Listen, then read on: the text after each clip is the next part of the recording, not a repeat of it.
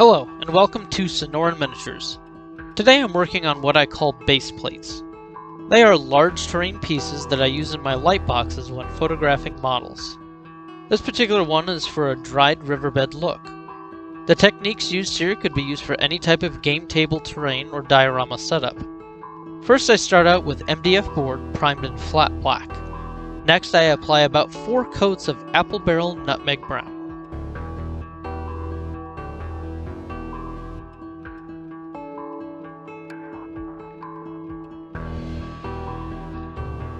Here I'll be applying the rock outline for the riverbed.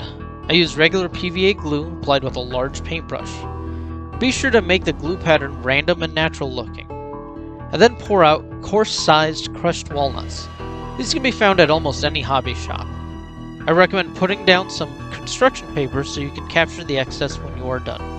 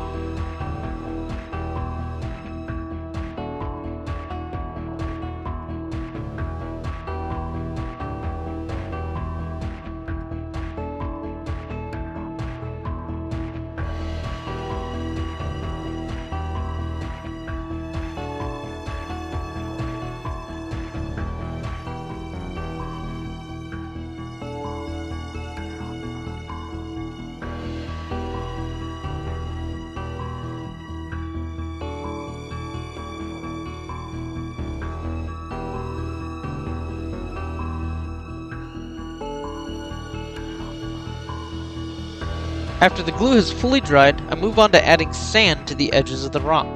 I thin down some PVA glue with water so that the sand can blend in with the rock gaps. Using the same process as before, I add finer walnut shells. Make sure to recover the excess.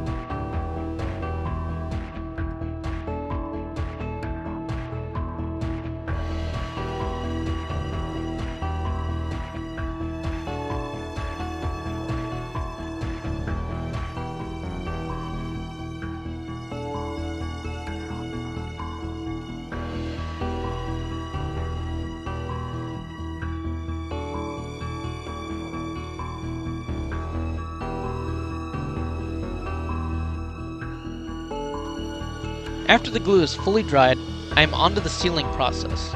Once again, I mix water and PVA glue to seal the rocking sand completely. The reason for thinning the glue down is so that it seeps into all of the gaps without becoming a clumpy mess.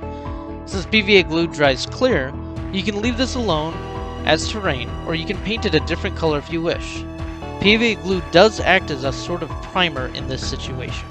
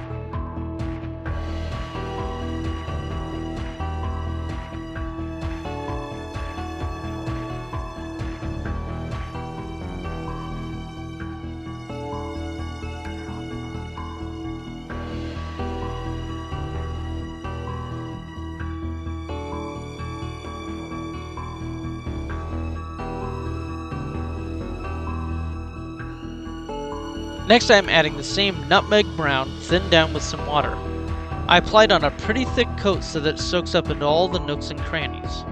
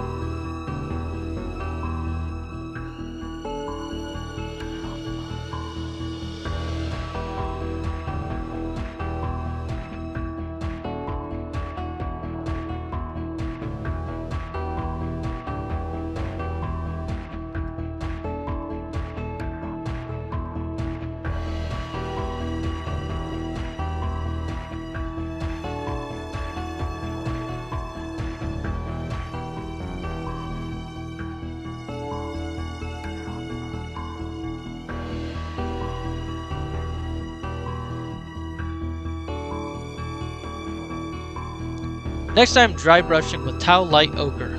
I put some drops of paint onto parchment paper to act as my palette. With such a large area to dry brush, make sure to go over some of the areas again to get good coverage.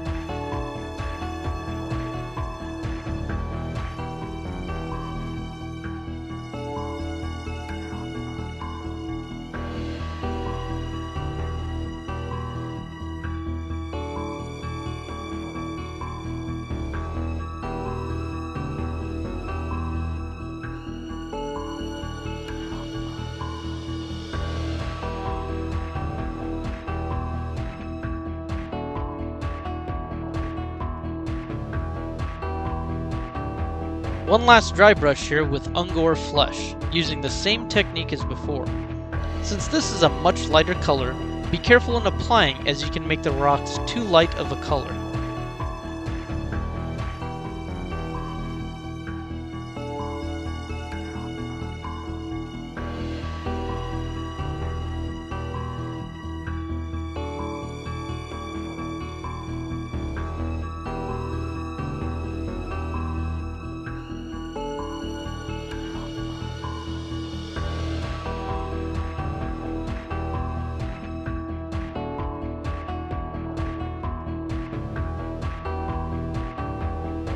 Next I will mix 1/2 tablespoon of water with 1/2 tablespoon of Agrax Earthshade wash, using a large brush I generously applied to all of the rocks.